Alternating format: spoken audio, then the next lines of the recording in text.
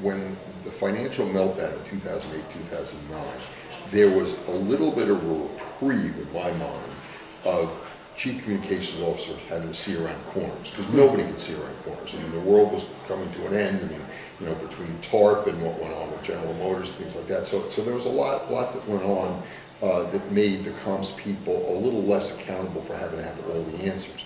I would argue now that we're back to a stage where the chief communications officer is also looked at as the chief generalist for an organization, and using tools like the ones at Morning Consult to try to see around corners. Is that is there anticipatory is there an anticipatory part to what you guys provide your clients? We think all decisions predictive analytics, that kind of thing. Sure. Yeah, we think all decisions should be data driven, though you shouldn't, be held hostage to waiting for data and information.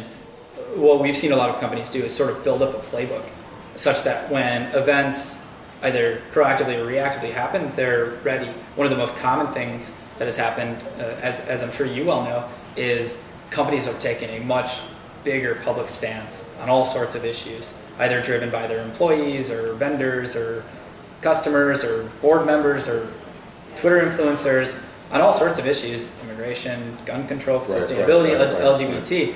And so for a lot of companies, before they take a stance or we just have it, we test all these issues. We anticipate how all of their key stakeholders will respond to, I think, help inform the likely reaction. Or if some surprise comes up, we'll do the same thing sort of reactively. But the whole key here is give people data to make smarter decisions. Yeah, right. Yeah. Do you ever advise them after they've got that information? Do you advise them how they ought to use the information? Well, absolutely.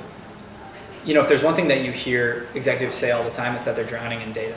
And so they don't just want another source of information. They don't want you to drop a 1,000-page binder of information. They'd rather have a 1-page slide that that gives you some key strategic takeaways.